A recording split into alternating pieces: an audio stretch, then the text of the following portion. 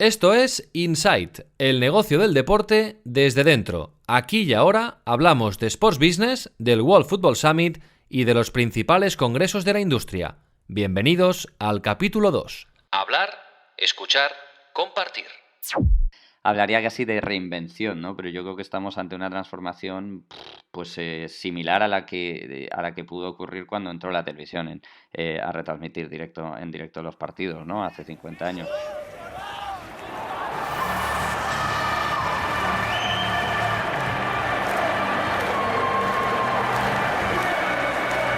Insight con Raúl Gimós.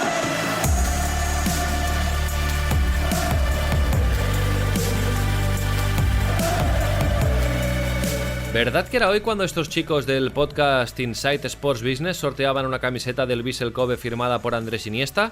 Pues sí, es correcto. Aquí la tenemos, preparada para enviarla al domicilio de uno de nuestros oyentes que recomendó el podcast Insight Sports Business con el hashtag InsightSB a través de Twitter o LinkedIn. Antes de saber quién es el ganador, por eso, atención al menú que os hemos preparado aquí y ahora en el capítulo 2 de Insight Sports Business, el primer podcast en castellano dedicado al negocio del deporte. Hablar, escuchar, compartir, contactar, crecer. Entrevista con Paco Roche, director de comunicación del World Football Summit. Los congresos sobre la industria del deporte están de moda. Los números del Barça y del Real Madrid. La letra pequeña de sus presupuestos milmillonarios con Marc Menchen en el palco 23 de Insight. Y la increíble historia de Jesús García Bragado. Con 50 años a los Juegos Olímpicos de Tokio, el valor añadido del deporte con Marcos López. Insight, un podcast de Sports and Life. Konnichiwa, Marcos. ¿Qué tal? ¿Cómo estamos? No entraremos en detalle porque no podemos, pero hoy, Marcos, por cuestiones profesionales, estamos grabando este podcast en Kobe, en Japón, donde, como sabéis, reside uno de los activos principales de Sports and Life, Andrés Iniesta. Solo os podemos contar que nuestro viaje tiene que ver con un proyecto audiovisual muy potente relacionado con Andrés Iniesta. El mes que viene creo que podremos dar más detalles y creo que también podremos explicar algunas novedades sobre el futuro de Sports and Life. Novedades buenas, buenísimas, diría yo. Bueno, Marcos, vamos al grano, como siempre, para empezar el podcast, para entrar en materia. Vamos a repasar, vamos a comentar algunas de las noticias más destacadas en el ámbito del Sports Business que han sucedido en las últimas semanas. ¿Por dónde quieres empezar, Marcos? Bueno, vamos a empezar por la elección de la final de la Champions. Dirías, ¿qué tiene que ver esto con la industria? ¿Qué tiene que ver esto con el deporte? Si es colocar el gran partido, el partido que sueña cualquier aficionado de recibir en su ciudad, y es tan simple como eso. Pues no. Ya sabemos que la UEFA acaba de conceder los 3 próximos años las sedes, y se conocen ya las sedes de las próximas finales de la Liga de Campeones. Es una novedad. Antes las finales se conocían con menos tiempo. Ahora, ¿por qué se conocen con más tiempo? Porque en realidad acoger una final de Champions es un auténtico negocio para la ciudad que lo recibe. Este año, esta temporada será en Estambul. A partir del 2021 en San Petersburgo. En el 2022 en Múnich, en el Allianz Arena. Y en el 2023 en Wembley, el mítico estadio de Wembley, el nuevo, el moderno. Pero ¿cuál es la relación real con la industria del deporte? El dinero que dejan. Sin ir más lejos, Madrid acogió este año la final de la Champions. Recordarás el encuentro entre el Liverpool y el Tottenham. En la ciudad de Madrid se movieron 123 millones de euros y quedaron de beneficio 66 millones de euros recibió Madrid como beneficio económico, más allá del beneficio comercial, la imagen que proyectó como ciudad, la imagen que proyectó como capacidad organizativa de recoger en un mismo año 2 finales. ¿Y qué 2 finales? La de la Champions y la de la Copa Libertadores, que enfrentaba a los mejores equipos del cono americano. Aquí la gran novedad es que se han sabido por primera vez 3 sedes de golpe. Esto es herencia claramente de lo que pasa en Estados Unidos, donde la Super Bowl se anuncia con años y años de antelación, porque en el fondo favorece a la creación de negocio alrededor de ese gran acontecimiento. La siguiente noticia, Marcos, hace referencia al entrenador actual campeón de la Liga de Campeones. El mejor entrenador del mundo, según la FIFA. El hombre que aprovechó una gala, supuestamente una gala audiovisual, una gala mediática, una gala donde el fútbol se convierte como si fueran los Oscars de Hollywood, para difundir un mensaje potente, un mensaje de fuerte calado social, porque Jürgen Klopp, el técnico del Liverpool, hizo público en el discurso en el que agradecía estar elegido como el mejor como el mejor entrenador del mundo, que se asociaba a Common Goal. Es una iniciativa impulsada por Juan Mata, el jugador español, el jugador del Manchester United,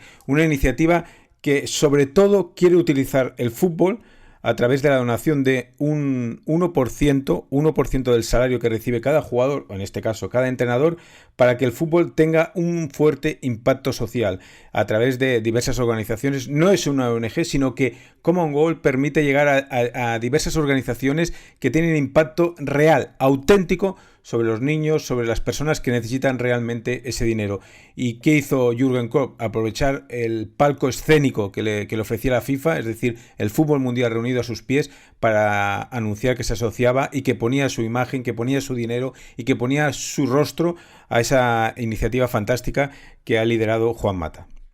Pues nos gustaría mucho un día de estos, en algún capítulo de Inside Sports Business, poder hablar con Juan Mata de esta iniciativa, porque es la cara más solidaria del negocio del deporte. ¿Y con qué lo rematas, Marcos? Muy brevemente, con el miedo, con el temor, con la angustia a qué pasará con el Brexit. ¿Qué impacto tendrá el Brexit en la Premier League? Curiosamente, la Premier acaba de conseguir ahora algo que parecía irrepetible, algo que parecía utópico en su momento. Domina el fútbol europeo, lo domina con el Tottenham y el Liverpool en la final de la Champions, lo domina con el Arsenal y con el Chelsea en la final de la Europa League, y ahora, ante el temor del Brexit, puede perder esa capacidad que ha tenido de atraer talento extranjero. Puede, por otra parte, eso sí, facilitar el crecimiento y el desarrollo del talento autóctono. Ahora mismo hay un 30% de jugadores ingleses solo en la Premier, pero eso reduciría sobre todo su mercado, su capacidad de atraer, como está trayendo ahora mismo la Premier, convertida en una industria de ganar dinero a través de los derechos de televisión y a través de esa poderosa imagen de marca que ha construido, pero corre ese riesgo de que el Brexit pueda cerrarle las puertas, pueda cerrarle las fronteras, y que jugar en Inglaterra, sea mucho más difícil hoy que hace un par de meses.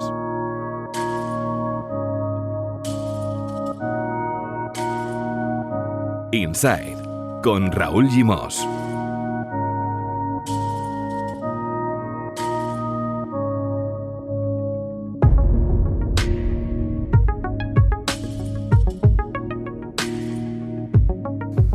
To be able to have an interview and have a chat with the CEO of Liverpool Football Club is an unbelievable pleasure for me. So, Peter, thank you very much for coming here, and it's a delight to have this chat with you. My pleasure, and it's an important part of the year for us right now, but the opportunity to come to Madrid and spend time with you as a legend of this football club is equally my pleasure. Well, there won't be a big cup for you to take home afterwards. Got plenty of those. The last time you was here, you took home with your massive big cup with big ears. Big ears. Yeah, yeah. That's, well, I think it's great, the fact that the CEO of Liverpool Football Club is a Scouser. He's from Liverpool. Nuestro presidente de honor, al que le agradeceré siempre por presentarme el Valladolid.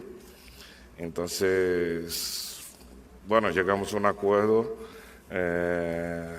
Por sorpresa, el club subió a primera división con un playoff jugando espectacular.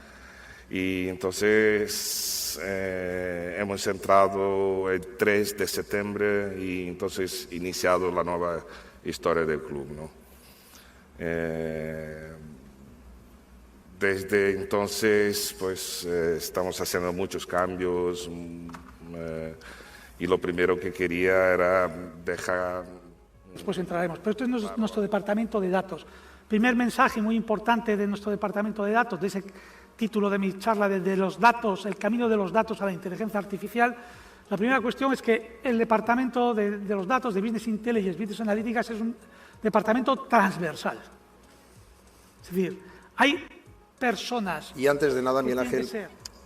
danos unas breves ideas, unas breves definiciones de lo que es el Atlético de Madrid en estos últimos 10 años. ¿Cómo ha evolucionado el Atlético de Madrid? Y después analizaremos paso a paso cada uno de los puntos que nos indiques. Hola, buenos días a todos. Pues la verdad que no es fácil.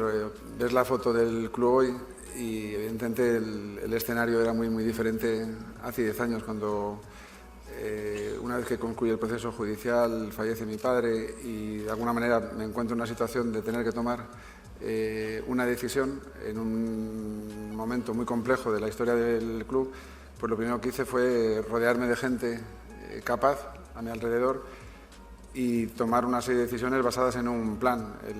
La base fundamental del plan en primera instancia era eludir la quiebra, porque en aquel momento el club estaba en números de... La cuarta edición del World Football Summit se celebró en el Teatro Goya de Madrid los pasados 24 y 25 de septiembre y contó con la participación de speakers, de ponentes tan interesantes como Peter Moore, director general del Liverpool, que fue entrevistado por Michael Robinson, Ronaldo Nazario da Lima, el propietario del Real Valladolid, el presidente de la Liga, Javier Tebas, el consejero delegado del Atlético de Madrid, Miguel Ángel Gilmarín, así como personalidades tan relevantes dentro de la industria del fútbol como Peter Kenyon, ex del Chelsea, ahora en Coaches Voice, un proyecto parecido al de Players Tribune, pero que da voz a los entrenadores, Emilio García Silvero, del Departamento Legal de la FIFA, el máximo responsable de patrocinio del Real Madrid, David Hopkinson, o Verónica Di Quattro, de DAZN. En total, más de 150 ponentes, 2.000 asistentes, mesas de debate sobre los temas más candentes de la actualidad de la industria del fútbol y, muy interesante, posibilidad de verlo todo y escucharlo todo a través de Facebook Live. Os dejamos, por cierto, algunos enlaces de estas principales ponencias en las notas del programa para que podáis verlas y escucharlas a través de Facebook. Todo concentrado en 2 jornadas intensas con entrega de premios incluida, los World Football Summit Industry Awards. 2 jornadas para ver, para hablar, para escuchar, para compartir y contactar, para conseguir crecer, ampliar conocimientos y hacer negocio, que al final se trata de esto. Verbos en positivo. Como dice su lema, Where the Football Industry Meets. Un congreso, un fórum, un evento, un espacio de debate y de networking creado por emprendedores españoles y con voluntad expansiva. Ya se ha celebrado una edición en Kuala Lumpur y de cara al 2020 está previsto repetir en Malasia y hacer otra edición del World Football Summit en Durban, en Sudáfrica, y otra en Estambul. World Football Summit se está convirtiendo en una cita imprescindible para todos los actores del negocio, de la que queremos saber más hablando con Paco Roche, director de comunicación del World Football Summit. Hace unos meses estaba en el diario Marca y él también se pasó al otro lado, en su caso de la mano de World Football Summit. Es todo un experto en el negocio del deporte. Hola, Paco. Hola, ¿qué tal? Buenos días, Raúl. Bueno, vamos a empezar por el principio, Paco, para situarnos, para que los oyentes de Insight os puedan conocer mejor. ¿Cuál es la historia de la breve historia de momento de World Football Summit? Breve pero intensa es la historia de World Football Summit. Pues efectivamente, World Football Summit es un evento que nació en 2016 en Madrid con la idea de, bueno, pues 2 socios, Jan Alesi y Mariano Tamendi, que tenían bastante experiencia en la organización de eventos, pues se dan cuenta de que se está generando alrededor del fútbol una industria fundamentalmente muy multisectorial, yo creo que es la clave, y de que falta, aunque hay eventos evidentemente, pero falta un evento o la mayoría de eventos precisamente por su historia, porque surgieron antes de esta transformación que ha sufrido el fútbol en los últimos años con la entrada de tantos sectores diferentes, pues faltaba un evento que aglutinara realmente a todos estos sectores y diera cabida a los actores nuevos, ¿no? Entonces, con esa idea, y a pesar de que yo creo que es el gran mérito que tienen, porque el mundo del fútbol como tú sabes bien, es complicado, no es un mundo en el que quiere entrar mucha gente y no siempre es fácil. Pues ellos no tenían vinculación con el fútbol, tenían experiencia organizando eventos y muy bien, pero no tenían vinculación con el fútbol y bueno, y se ponen a trabajar y sacan adelante el primer evento en Madrid en 2016. De forma, pues eso, muy, muy personal, ¿no? Porque es una inversión que hacen ellos, un trabajo muy duro que hasta el último momento, bueno, pues estuvo un poco en el aire. Finalmente sí entraron patrocinadores y se pudo hacer el evento. No, el evento evidentemente no tenía la dimensión que tiene ahora, pero tuvo mucho éxito. Yo creo que los actores del fútbol se dieron cuenta de que era una plataforma necesaria, de que era una plataforma muy útil, y yo creo que eso ha sido fundamental en el crecimiento posterior, ¿no? En que el crecimiento desde esa primera edición de 2016 haya sido exponencial.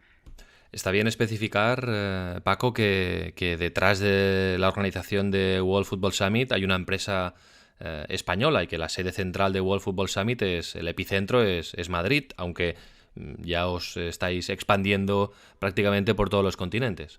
Efectivamente, sí. Yo creo que, bueno, quizá por el nombre World Football Summit y porque, bueno, nuestras comunicaciones son en inglés, porque más del 50% este año, 55% de los asistentes eran de fuera de España, pues entiendo que la gente tiende a vincularnos, o mejor dicho, no nos vincula con España, pero sí, es un proyecto 100% español. De hecho, es un proyecto patrocinado por Marca España, por España Global ahora, y también por el ICEX, por Invest in Spain.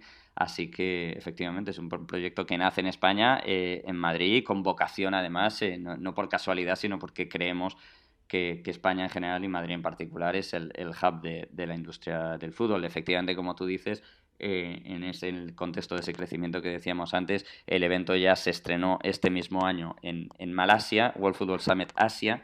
En unos meses, en febrero, se va a celebrar la primera edición de World Football Summit África en Durban, en Sudáfrica, con motivo además del 10º aniversario del Mundial de Fútbol que ganó España, con lo cual, bueno, pues es algo que también nos hace ilusión y creo que es una fecha pues muy señalada para aterrizar en África. Y la idea nuestra es, en un futuro no muy lejano, tener también World Football Summit América.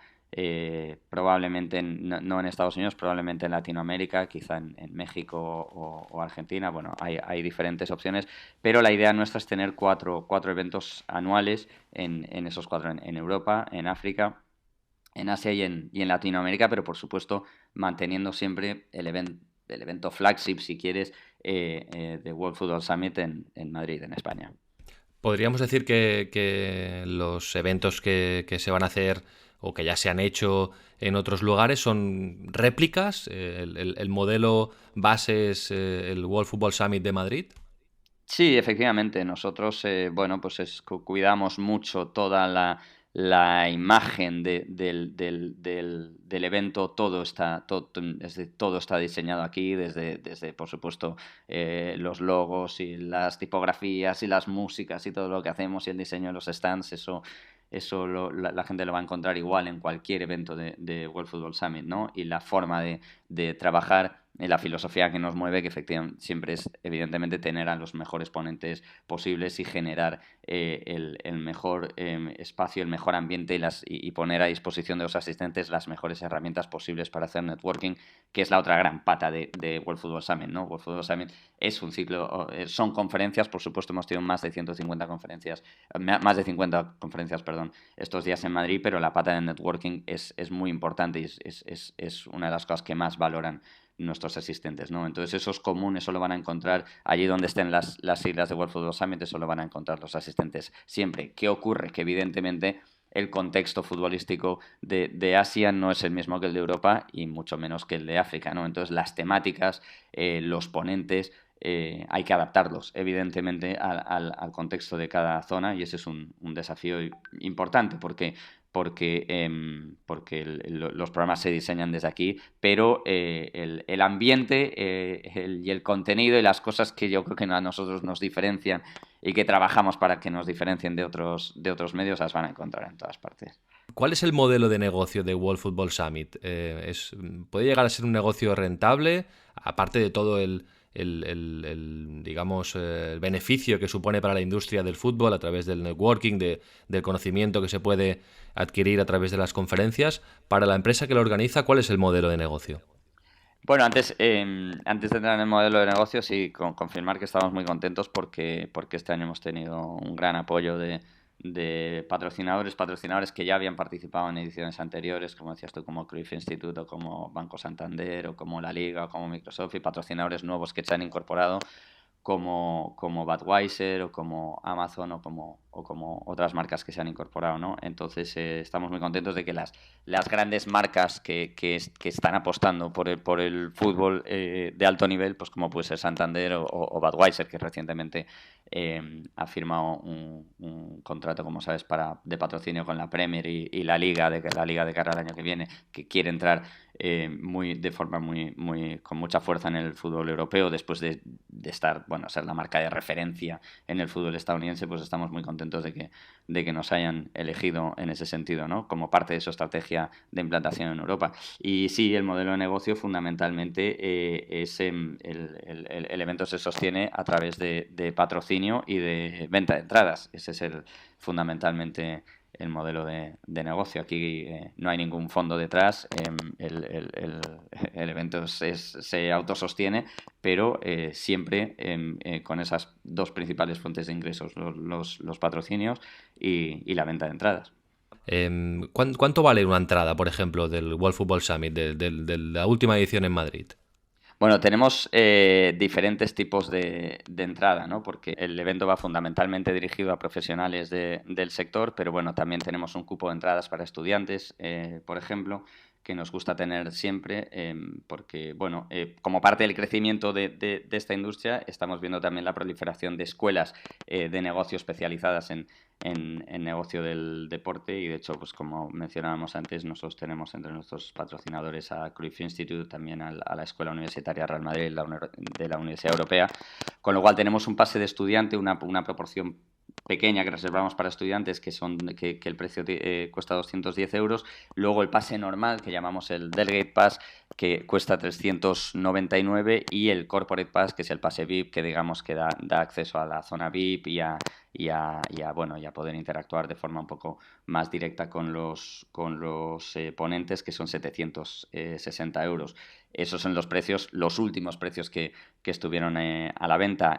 Nosotros ya de cara al próximo evento, enseguida empezaremos con la campaña de ticketing. Por supuesto, tenemos como hacen siempre estos eventos, un super early bird para la gente que está dispuesta a comprar la entrada antes de que podamos tener ponentes confirmados, que hay mucha gente cada vez hay más gente que lo hace, porque pues ya nosotros nos hemos ganado un poco la fama, la gente ya sabe lo que se va a esperar en World Football Summit, sabe que va a tener a los mejores ponentes, entonces pues mucha gente, la fecha es siempre la misma, con lo cual pues eso facilita que mucha gente pueda reservar la entrada con mucha antelación y ahorrarse un dinero importante. Luego, conforme unos meses antes, tenemos el Early Bird también, que hay un descuento, también pues el Super Early Bird, pues un descuento del 20%, el Early Bird es un descuento del 15%, y ya pues el precio normal para la gente que compra de entrada al final, que también son muchos, ¿no? Porque sobre todo en España, fuera de España la gente es muy previsora, pero en España pues siempre estamos ahí a los últimos días, la gente llamándonos constantemente a ver cómo pueden sacar las entradas. Luego repasaremos con Marcos López otros congresos del sector que se hacen desde hace tiempo alrededor del mundo, pero realmente es un fenómeno claramente al alza. Según tu punto de vista, Paco, como director de comunicación del World Football Summit, ¿qué aportan a la industria este tipo de eventos y por qué crees que están al alza? ¿Quizá responde a la constante transformación por la revolución digital? ¿Crees que va un poco por ahí? Sí, yo creo que es lo que hablábamos al principio. El fútbol, que para mí está experimentando una transformación, yo no sé si casi a lo mejor Marcos me dice que es una atrocidad, yo no sé si casi hablaría casi de reinvención, ¿no? Pero yo creo que estamos ante una transformación pues similar a la que pudo ocurrir cuando entró la televisión a retransmitir en directo los partidos, ¿no? Hace 50 años. Digo, como como resultado de la entrada en escena de las nuevas tecnologías, ¿no? En las redes sociales y todo el cambio en los hábitos de consumo que han provocado estas nuevas tecnologías entre la gente joven. Pero lo que decíamos al principio es que en los últimos años han entrado una serie de actores en el fútbol, en el negocio del fútbol, que antes no existían. O sea, se ha vuelto muy multisectorial. Entonces, eso es lo que hace imprescindible que haya plataformas en las que estos sectores que no tenían espacios para interactuar antes porque realmente no tenían negocios en común, y ahora sí los tienen, pues puedan interactuar y puedan hablar y puedan discutir y puedan generar oportunidades de negocio y estrategias para caminar de forma conjunta. Y como decías tú, pues sí, aquí tenemos una serie de desafíos sobre la mesa muy importantes, porque todo este cambio de hábitos de consumo que estamos viendo y el gran impacto de la globalización, ¿no? En el fútbol, pues está provocando, generando muchísimas oportunidades de negocios, incuestionable, pero también muchos desafíos, ¿no? Porque, bueno, pues el fútbol, que ha tenido una posición de popularidad y de hegemónica con respecto a lo que es la industria del entretenimiento durante muchísimos años, ahora con este cambio de hábitos de la gente joven, pues tiene un reto importante de fidelizar a los jóvenes como fidelizó a sus padres, ¿no? Porque, bueno, pues ahora estamos viendo que estos jóvenes no están ya esto de estar 90 minutos delante de una misma pantalla, pues para ellos es un mundo. En fin, hay que adaptarse un poco. Luego cada vez son más la competencia que tiene el fútbol en ese sentido, ¿no? Pues con las redes sociales, con los videojuegos, con Netflix. Luego Netflix ha cambiado todo, es decir, el gran valor del fútbol es el directo, siempre lo ha sido. Nadie se plantea ver un partido, muy poca gente se plantea ver un partido de fútbol diferido. En cambio ahora esta gente joven está habituada al consumo a demanda, ¿no? Que es el gran valor de pues plataformas como Netflix o como HBO, las plataformas de contenido. Entonces, bueno, pues cómo hace el fútbol, cómo se transforma un poco para asegurarse de seguir siendo igual de relevante para estas generaciones jóvenes que de lo que lo fue para sus padres. Pues bueno, esos son estrategias que involucran a muchas partes, a muchos sectores diferentes. Involucra a los clubes, involucra a las ligas, a las organizaciones, los clubes cómo comunican, las ligas cómo organizan las competiciones, los broadcasters o los operadores audiovisuales, pues cómo difunden el producto, ¿no? Las marcas también, cómo enfocan la publicidad. O sea que el fútbol está ante un reto que implica a sectores muy diferentes, y yo creo que eso es lo que está haciendo que este tipo de eventos que congregan a todos los actores pues estén al alza. Antes, Paco, antes de saludarte, repasábamos el elenco de ponentes, de protagonistas que tuvisteis en la edición del 24 y 25 de septiembre en el Teatro Goya de Madrid. Un elenco realmente espectacular. Bueno, fuisteis capaces de hacer coincidir en el mismo congreso a Ángel María Villar y a Javier Tebas, por ejemplo. Tuvisteis a David Hopkinson del departamento de patrocinios del Real Madrid, a Peter Moore del Liverpool, a Ronaldo del Valladolid, a Miguel Ángel Gilmarín, a Peter Kenyon de Coaches Boys, en fin, mesas de todo tipo, hablando de bueno, todos estos desafíos que ahora comentabas, hablando de fútbol femenino, de la MLS, de las ligas europeas. Y luego quizá una de las intervenciones más mediáticas, no sé si estás de acuerdo, Paco, fue la de Emilio García Silvero, director legal de la FIFA, porque profundizó en una cuestión que ya hace tiempo que se comenta, que está referida a los cambios que la FIFA quiere hacer en la normativa de fichajes y en el papel de los superagentes, ¿no? Esto quizá fue uno de los elementos más mediáticos que surgieron de la edición de Madrid. Sí, efectivamente. Emilio, bueno, decías, sí, hablando sobre esos ponentes, no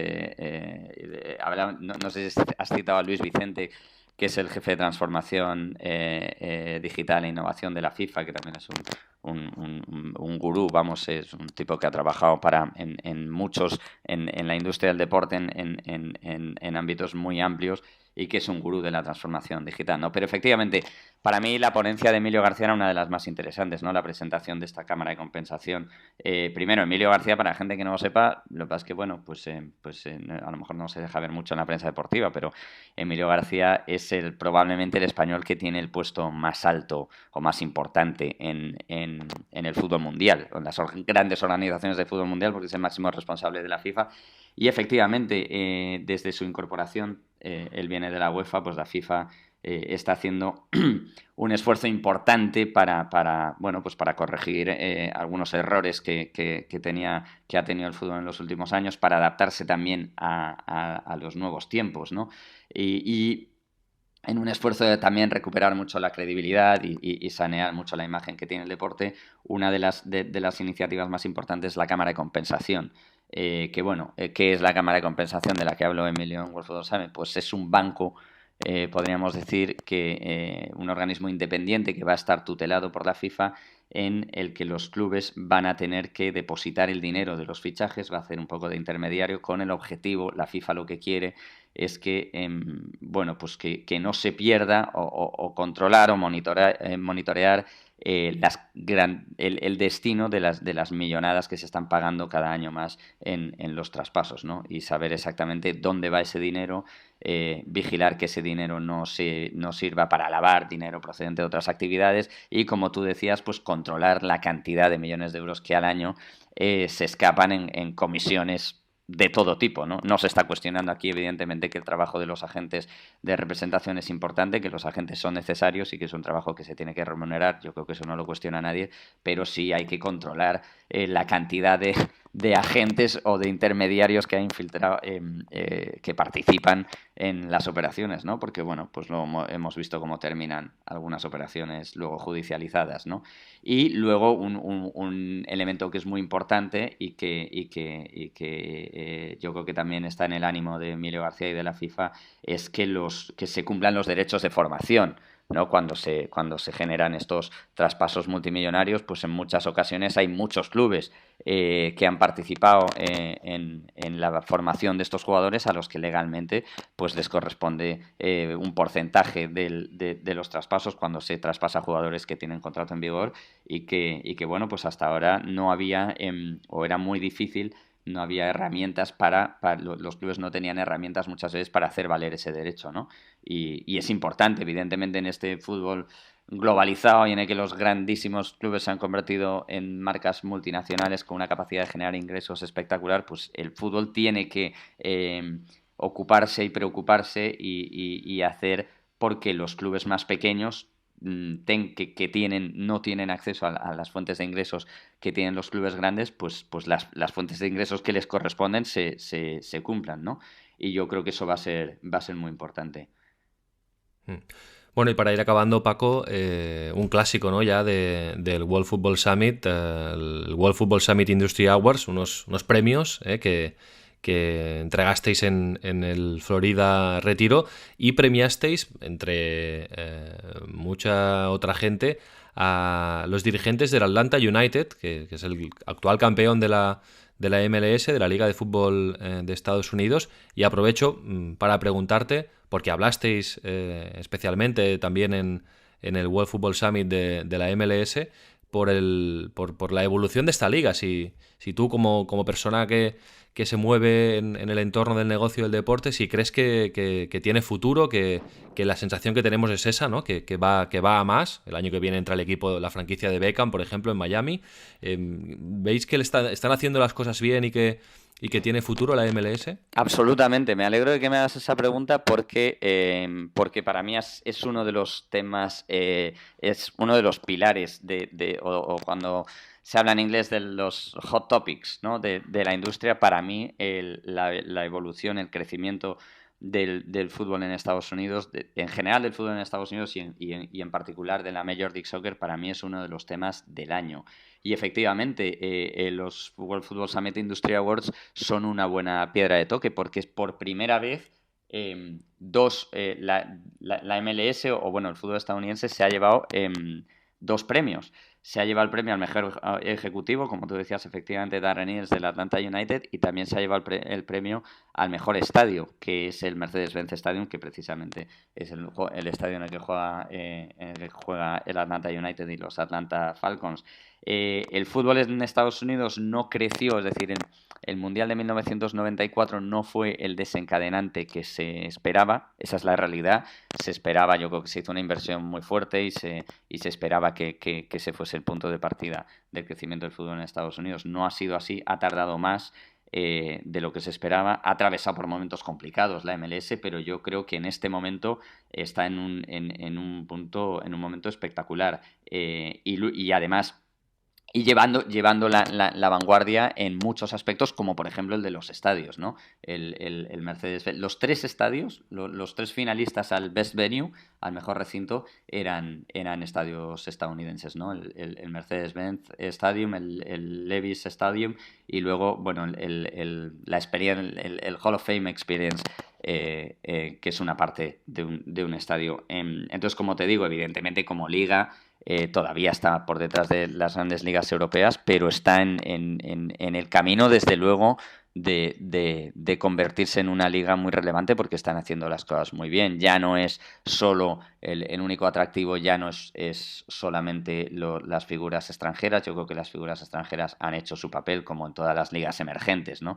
De reclamo, pues los Beckham, los Ibrahimovic, etcétera, pero yo creo que el fútbol ya ha calado dentro del público estadounidense. Cada vez son más, es el deporte con diferencia que más crece en ratings de audiencia y también en asistencia a los estadios. Le está haciendo una competencia dura a la NFL, que, como sabes, bueno, pues por todo este tema de que ha sido el gran deporte estadounidense, pero con todo este tema de las conmociones y de los efectos de los impactos en la cabeza, pues hay muchos padres que ya no tienen, antes pues todo el mundo, que los padres querían que sus hijos jugasen al fútbol americano, ahora pues hay algunos que no lo tienen tan claro y muchos están yendo al fútbol. Luego Estados Unidos ya tenía una posición privilegiada en cuanto al fútbol femenino, que está creciendo mucho. Con lo cual, en ese sentido, yo creo que vamos a estamos viviendo un gran auge de la Major League Soccer, y con la perspectiva del Mundial 2026 en el horizonte, pues va a crecer todavía más. Así que en ese sentido, y yo creo que es súper importante para la industria. Yo particularmente me alegro mucho de que la Major League Soccer esté creciendo y que se convierta en una liga relevante. Y creo que tiene mucho y mira, el caso del Atlanta United y de Darren Eales es bastante... es un buen ejemplo. Yo creo que el fútbol de Estados Unidos puede aportar. Aquí en Europa sabemos que es muy diferente la cultura de deporte estadounidense que la cultura de deporte en Europa, ¿no? Allí es mucho más show business, allí tienen claro que es un negocio, aquí no, ¿no? Los clubes, pues un club como el Liverpool, un club como el Real Madrid, como el Barça, está muy apegado a sus valores, ¿no? Evidentemente también es un negocio, pero los valores y la historia del club pues marca mucho, ¿no? En Estados Unidos... Y el Atlanta United es un buen ejemplo, porque Darren es británico. Están encontrando muy bien el equilibrio entre evidentemente el enfoque show business del deporte estadounidense y a la vez el arraigo y los valores de la cultura europea del fútbol, ¿no? Dentro de que evidentemente son clubes mucho más recientes, con lo cual no tienen el peso de la historia que tienen los clubes europeos, pero yo creo que la Major League Soccer se va a convertir en ejemplo en muchos aspectos, e insisto que bueno, pues que con el mercado tan grande que es Estados Unidos para el fútbol, pues es una estupenda noticia que eso suceda, el crecimiento de la Major League Soccer.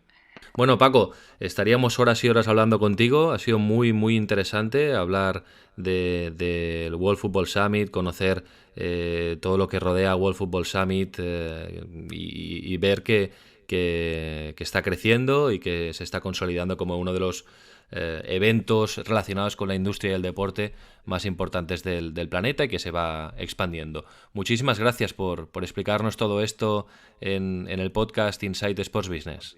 Muchas gracias a vosotros. Efectivamente, la verdad es que estamos muy orgullosos, porque es muy poner en pie un evento como el nuestro lleva mucho esfuerzo, y ahora estos días estamos recibiendo mails de felicitación por parte de los ponentes y los asistentes, y la verdad es que llena de orgullo. Muchas gracias por contar con nosotros, y a ver si en próximos eventos, en otro World Football Summit, con más tiempo podemos preparar y hacer un podcast desde ahí y bueno, pues hablar también un poco, contar. Seguro que podemos invitar al podcast a alguno de nuestros ponentes, a alguno de nuestros asistentes, y bueno, y así pues vuestros oyentes también pueden conocer un poco mejor el evento desde dentro. Seguro que sí. Paco, un abrazo fuerte. Gracias. Venga, un abrazo, hasta luego. Inside Sports Business, el negocio del deporte desde dentro. El World Football Summit es uno de los eventos, uno de los congresos en los que se habla en diferentes partes del mundo, como nos ha explicado Paco Roche, de la industria, del negocio del deporte. Pero hay algunos más destacados alrededor de todo el planeta, y hoy, Marcos, queremos ponerlos sobre la mesa para dibujar la fotografía mundial de los principales congresos dedicados al negocio del deporte. Marcos, no sé qué te ha parecido, pero a mí me ha parecido súper interesante todo lo que nos ha explicado Paco Roche sobre el World Football Summit, y también sobre los retos y los desafíos de la industria del fútbol. Se nota que domina la materia, Paco. Por supuesto que la domina y la controla, y sobre todo la comunica bien, porque nos está dibujando, nos está enseñando, nos está mostrando esbozos de lo que es el futuro, que en realidad es el presente de la industria del deporte. Evidentemente, World Football Summit es un producto en sí mismo capaz de tener ya réplicas en diversas partes del mundo, y que nos lleva al origen de este tipo de congresos, a este tipo de eventos. El primero fue SoccerX, fundado en 1995, aunque el primer evento fue en el Estadio Wembley un año después, en el 96, y luego se desplazó a París, Los Ángeles, Old Trafford, y últimamente, hace una década ya, también llegó a viajar incluso hasta Dubái. Ahora se estaba preparando uno en China, otro en Europa, en Portugal y en Estados Unidos. ¿Por qué? Porque SoccerX y Leaders, que es el otro evento que fue fundado en el 2008, tienen en común, al igual que Sportel, que es otro de los congresos que están ahora de moda en la industria del deporte, tienen los tres, SoccerX, Leaders y Sportel, un mismo gen, que es la industria como tal, está aquí en Europa, pero donde se desarrolla y donde se evoluciona y donde se mejora realmente es en Estados Unidos, porque tiene mucho más experiencia. Pero en realidad los tres, tanto SoccerX, Leader como Sportel o World Football Summit, tienen el objetivo de llegar a donde nosotros nos encontramos físicamente ahora mismo, que es en Asia, Japón o China, que son los mercados donde tú vas a captar, donde tú vas a buscar el nuevo cliente, el nuevo consumidor, la nueva capacidad de despertar que la industria del fútbol evolucione más allá de sus canales habituales, que son fundamentalmente Europa, y ahora Estados Unidos está creciendo. Me imagino que un día también lo abordaremos, porque Estados Unidos, como bien decía Paco en esa entrevista, está creciendo mucho la Major League Soccer y está teniendo un grado de penetración, haciendo ya dudar a otros deportes que son realmente trascendentes y muy valiosos en los Estados Unidos. Para completar este bloque dedicado a los congresos, a los eventos que se organizan alrededor de la industria del deporte, básicos para que la industria crezca, tenemos en línea desde Ciudad de México al Country Manager, al responsable de la oficina de Sports and Life en este país norteamericano. Emilio Rabasa, hola, buenas. Hola Raúl, ¿qué tal? Aprovechando que hoy estamos hablando de los congresos de la industria, de los eventos relacionados con el negocio del deporte, he pensado que sería una buena ocasión de anunciar un proyecto que tenemos entre manos y que habéis trabajado desde la oficina de México, y que tiene que ver con esto, ¿no? De exportar conocimientos, ampliar conocimientos sobre el sports business. Exacto. Bueno, primero que nada, muchas gracias Raúl. Es un gran gusto poder colaborar contigo en este podcast. Y sí, como bien dices, Sports and Life ahora mismo tiene como prioridad generar, crear proyectos nuevos, propiedades nuevas, con las cuales pueda compartir al mundo del Sports and Entertainment su experiencia a lo largo de todos estos años, con un toque diferenciador, con un valor añadido y sobre todo con gente de primer nivel en la industria. Y como bien comentas, en El Salvador será nuestro primer host con la primera edición de Sports and Life Business Academy, el cual es un curso de marketing y periodismo deportivo creado y desarrollado por nosotros. En realidad es lo que hemos estado trabajando es un espacio que pretende dar a sus participantes una visión más amplia del marketing y de la comunicación, además del periodismo en el ámbito deportivo, por supuesto. Va un poco enfocado para aquellos que desean vincularse con instituciones de comunicación y o deportivas, intentando, como habíamos comentado, generar un conocimiento práctico y sobre todo un valor añadido con ponentes que llevan años trabajando en la industria de élite del deporte. Y pues bueno, entre las temáticas que tocamos o que estamos preparando, habla un poco del cómo funciona un patrocinio dentro del mundo del fútbol, por ejemplo, el modelo de la selección española a nivel de generación e implementación del contenido como ejemplo para el resto del mundo, la comunicación dentro del fútbol y, bueno, las piezas periodísticas deportivas con excelencia, entre algunas otras. Bueno, pues muy atentos, sobre todo los oyentes del podcast desde El Salvador, desde Centroamérica, interesados en toda esta temática, porque esto será en noviembre, ya os daremos más detalles en el próximo capítulo de Insight Sports Business. Emilio, ya que estamos en línea, háblanos un poco del trabajo que hacéis en la oficina de México. Hace un año que estáis en marcha en un mercado muy complicado, con muchísima competencia, pero háblanos un poco de los proyectos que tenéis en funcionamiento y de cómo funciona un poco el mercado mexicano y norteamericano en materia de Sports Business. Como bien dice Raúl, abrir una oficina en México ha sido un reto más que emocionante. Ya llevamos aquí un año intentando colaborar, intentando traer un poco el expertise que nosotros teníamos o hemos implementado en mercados europeos, en mercados asiáticos, ahora al mercado americano. Y bueno, una de las principales fortalezas que nosotros veíamos de abrir una oficina en México era pues la posición geográfica que ocupa y que a final de cuentas permite una exploración y una generación de oportunidades de negocio en las líneas que nosotros manejamos en mercados, por un lado, nuevos, ávidos de empaparse de toda la cultura del Sports and Entertainment en Centroamérica y Sudamérica, por poner algunos ejemplos. Y, por supuesto, la importancia que supone estar basado en un mercado con tanta afición al deporte como lo es México, y no menos importante, la cercanía que puede tener con un mercado emergente tan potente que está entendiendo la cultura del deporte de otra manera completamente distinta como lo es Estados Unidos, con una liga, con activaciones, con un modelo de negocio muy representativo y muy específico, pero que permite realizar y explorar muchas nuevas oportunidades.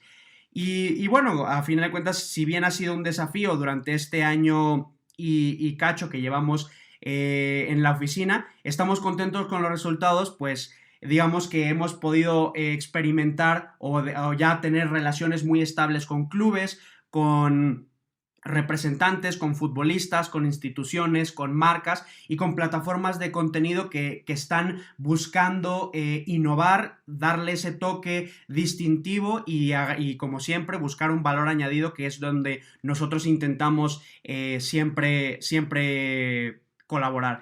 Y pues bueno, además, no menos importante, remarcar el tema de las actividades especiales, como bien puede ser nuestro ya comentado primera edición de Sports and Life Business Academy, el Inside, el podcast que tú estás llevando y dirigiendo de tan buena manera, y por otro lado, todas las nuevas oportunidades que estamos empezando a desarrollar buscando patrocinios de marcas con embajadores, de generación de contenido a nivel de agencia y demás. Perfecto, Emilio. Aprovechamos para enviar un saludo a los oyentes que nos oyen desde Centroamérica y Sudamérica, oyentes hispanohablantes. Emilio, un fuerte abrazo, muchísimas gracias, buen trabajo y estamos en contacto. Muchas gracias a ti, Raúl. Un fuerte abrazo. Palco 23 con Marc Menchen.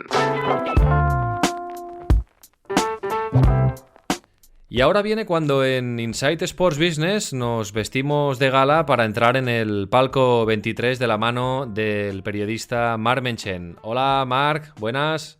Hola, buenas, ¿qué tal? ¿Cómo estáis? Hoy vamos a hablar, como hemos anunciado y como nos prometiste, de los números del Barça y del Real Madrid, de la economía de los dos grandes clubs de la Liga Española. Pero antes, como hemos estado hablando de una materia que dominas, Marc, los congresos en el sector del sports business, no hay que olvidar que Palco 23 organiza desde hace un par de años las jornadas de Sports Business Meeting en el mes de junio aproximadamente, y que esto se mantiene, ¿no?, en el futuro, Marc. Sí, se mantiene, no nos vamos. Bueno, pues como experto en la materia, Marc, me gustaría preguntarte lo que le preguntaba a Paco Roche, ¿no?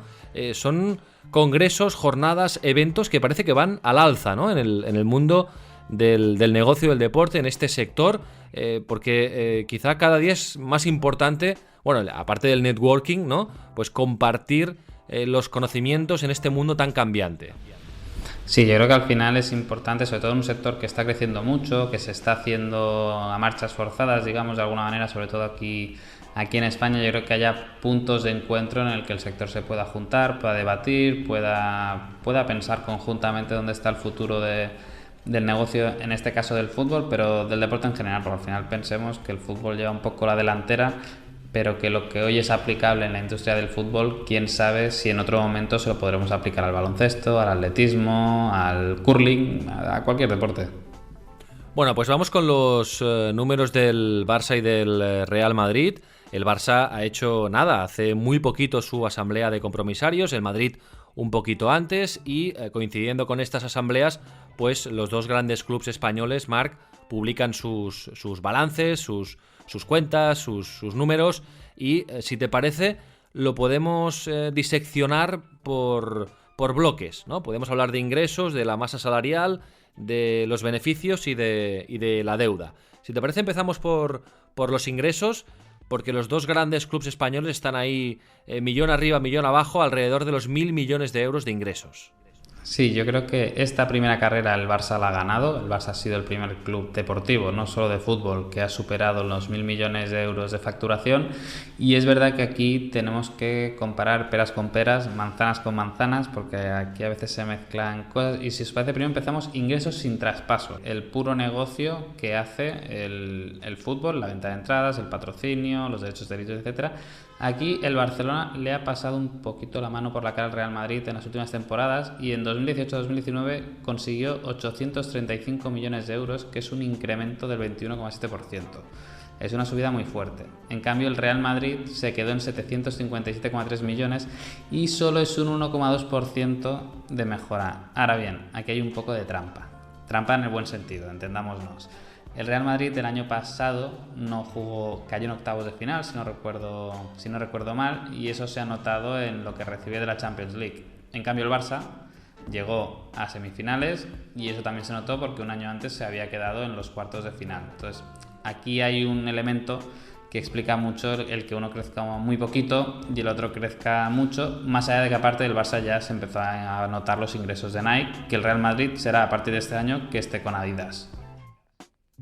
Hay un denominador común, que es que ambos clubes están también generando más ingresos con los traspasos, ¿no? Y que se están como obligando a traspasar, sobre todo el Barcelona, para asegurarse un cierto nivel de ingresos, ¿no?, que le permita pagar pues todos los gastos que tiene. Aquí hay un debate en la industria que yo creo que ya está un poco superado, que es si los traspasos tenemos que considerarlos que es una parte del negocio ordinario o no ordinario. Yo creo que ya todo el mundo considera que sí, que forma parte de la actividad propia del club y que por lo tanto los ingresos por traspasos tienen que ser una parte inherente del negocio. Ahora bien, y yo creo que aquí es lo que critico un poco, el Real Madrid empieza la temporada definiendo su gasto a partir de lo que ha conseguido ese verano en traspasos. En cambio, el Barça lleva 2 temporadas que se está autoobligando a que en el mercado de invierno y apurando al 30 de junio como pasó esta temporada, conseguir el objetivo de ingresos necesarios que sabe que no va a conseguir por la vía del negocio ordinario y que va a tener que conseguir por los traspasos para poder cuadrar las cuentas. Y además, cada año es superior la cifra que tiene que conseguir, por tanto, cada año más presión en ese sentido. Sí, porque el Barça estructuralizó, perdón, solo por puntualizar, yo creo que el Barça estructuró un gasto muy elevado el año de la venta de Neymar, de 222 millones, y lleva 2 temporadas que, hombre, que no llega a esa cifra, pero se ha autoobligado a conseguir 100, 150, 200, que parece que no, pero hombre, cuesta conseguir esa cifra a no ser que vayas vendiendo vacas sagradas. Si hablamos de la masa salarial, aquí podríamos decir que ambos clubes tienen un problema, pero sobre todo lo tiene el Barça. Sobre todo lo tiene el Barça y lo veréis muy sencillo con los números. El Barça en la temporada 18-19 gastó 671 millones de euros en el pago de salarios deportivos, pero también en la amortización de fichajes. Eso, comparado con los ingresos, digamos que equivaldría a un 80% del negocio ordinario y a un 66% de lo que son los ingresos totales. Recordemos que lo que la UEFA recomienda siempre es el 70%. En cambio, si nos vamos al Real Madrid, la cifra de la temporada 18-19 son 469,5 millones de euros, 64% del ingreso ordinario y 55% del total. Y aquí, para los críticos que dicen las secciones, que es que el Madrid no tiene tantas, al final lo que son secciones polideportivas, que no son el baloncesto, porque Real Madrid y Barcelona gastan más o menos lo mismo en la canasta, son 14 millones de euros. Y aquí el efecto distorsionador claramente es el sueldo de Leo Messi, que oye, bien pagado está, pero que al final no deja de ser 100 millones que tienes de extra de partida. Si hablamos de beneficios, Marc, la cifra del Barça es testimonial, ¿no? Sí, es una cifra muy exigua. La última temporada fueron 4,5 millones de euros. Yo creo que se ha instalado una mentalidad en las oficinas del Camp Nou que es respetable y cada club gestiona como quiere, pero que es la de la pasta al pasto. Y por lo tanto, oye, no queremos beneficios, sino que queremos, oye, tener la mejor plantilla, optar a títulos y demás. Yo creo que una cosa no está reñida con la otra. En cambio, el Real Madrid en las últimas temporadas históricamente ha conseguido que el beneficio neto siempre esté por encima de los 30 millones de euros.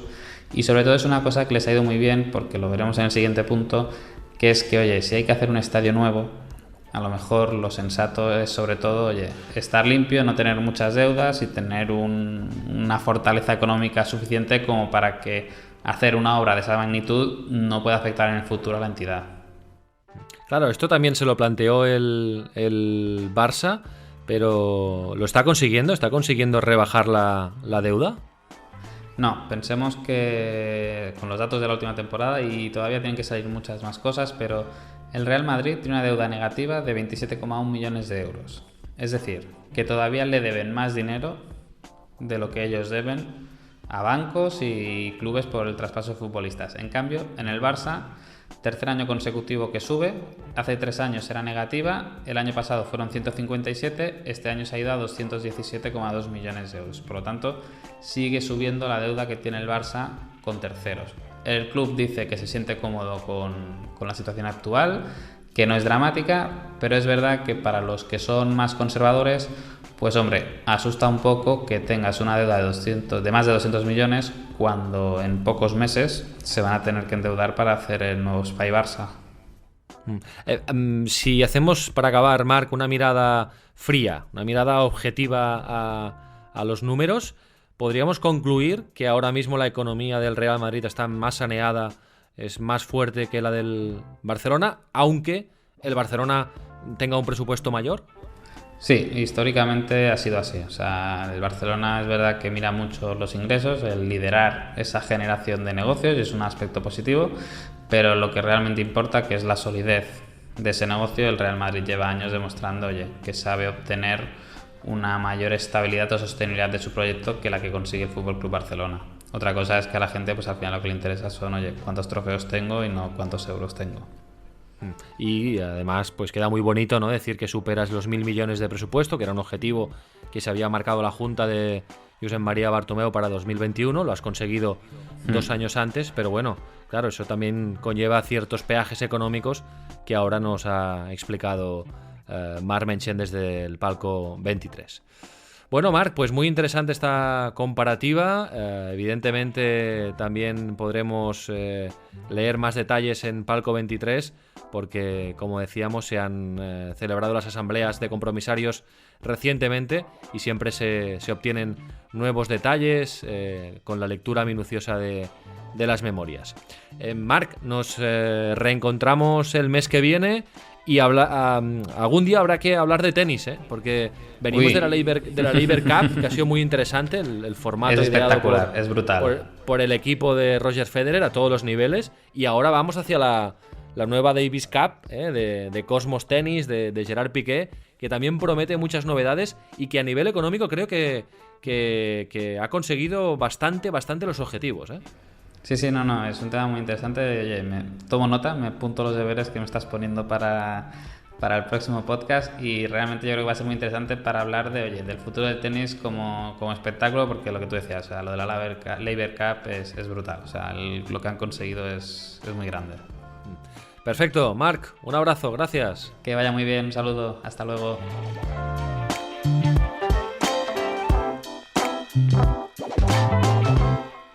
Valor añadido con Marcos López.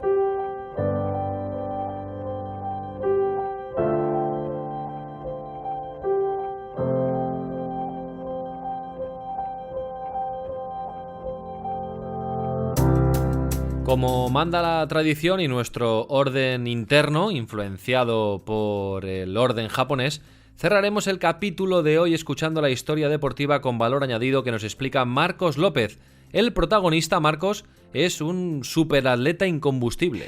Jesús García Bragado, casi 50 años y está a punto de disputar sus octavos Juegos Olímpicos aquí, en Tokio, en el 2020. Y acaba de correr, como aquel que dice, los 50 kilómetros más largos de su vida, bajo una temperatura inhóspita porque no se puede correr con 31 grados y 73% de humedad, 73% de humedad.